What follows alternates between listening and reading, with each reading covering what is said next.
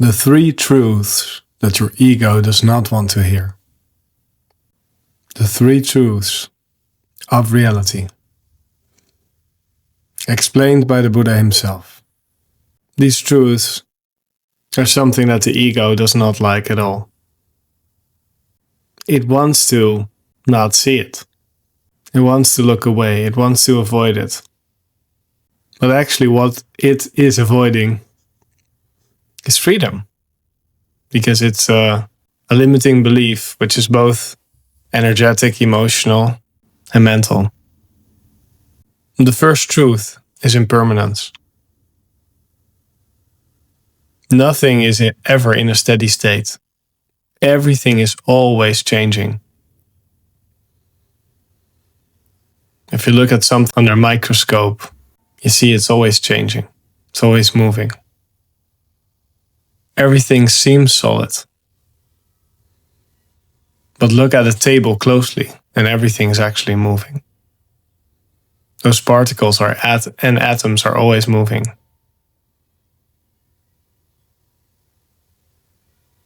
Nature is always either blooming or rotting away. Contraction and expansion in a continuous cycle. Being born and dying. So there's impermanence of everything. The mind wants to look away. The ego wants to look away. Because it's looking for stability. It's looking for an outcome. A place to rest. A place with no change. Safety. Not in a way that it's always safe, but that it gets its way. What are the ways that you are looking for stability? Second truth. Unsatisfactoriness is from the lens of the person, the story of me. We want a happy ending. And maybe even a happy middle and beginning. Which is fine. But there's no guarantees. So when we keep on projecting new things, wanting new things, right? Desiring new things. Again, this is just what the mind does. But if we insist on them, if we hold them, if we believe the story, then we create suffering. Because when you get what you want, there will be a next thing. Right? We're always becoming. We're ever becoming. We're always expanding. So when we've achieved our goals, we get new goals. When we achieve the outcome we want, we get a new outcome. When we see one mountain and climb it, we see that there's 7 more after that. And that this was just the beginning. Life is a continuous journey. There's no outcome of safety. There's no satisfaction that's permanent in the story of the self, in the story of the person. Because when we think we figured it out, a new thing happens, either in society, in our work, in our marriage, with our kids, with our friendships. Everything's always moving. Isn't that beautiful? If we don't try to hold on to it. Because it's only a problem if we try to hold on to it, right? How are you still holding on to managing this? Managing the story of me.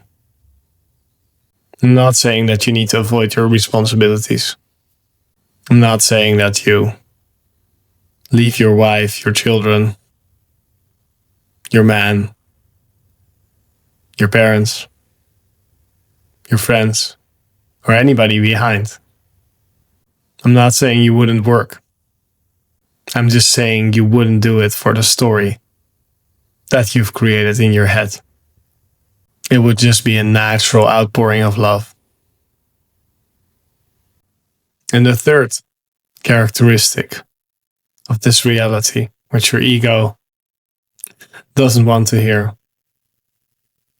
is there is no solid self. There is no self, you could say, or all is the self. Depends on your interpretation. But there's no individual perspective in the end. That falls away. And is seen to have never been there. It's just a sensation. It's an experiential gauge of energetics, of sensations. A point of view in the sea. It's like the wave realizing it's the ocean. It's been the ocean all along, right? But it thought it was the wave, but it was never separate from the ocean.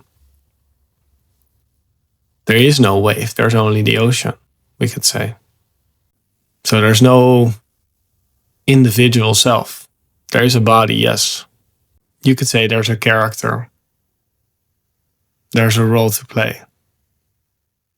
There's a role that's dying to be played from a place of freedom, from a place of allowance, instead of needing it to be something, shoving it in a box. It's dying to come out. It wants to be free totally. Yet here we are, holding on to how it needs to be. Why?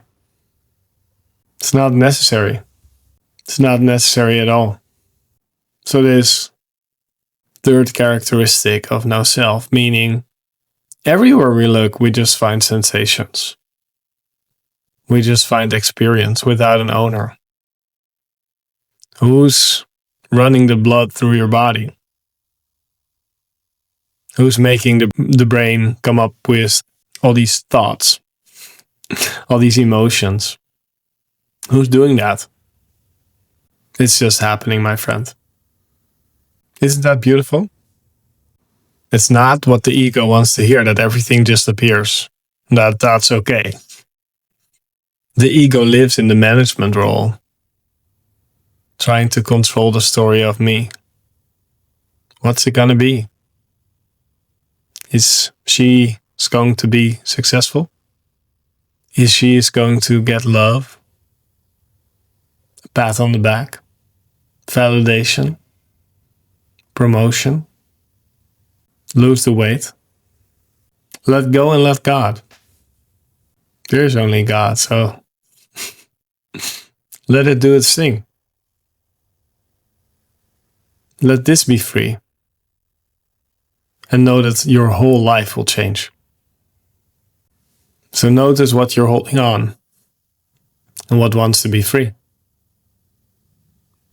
If you want to go deeper from doing to being, click the link in the description and schedule a conversation with me. Much love. Bye.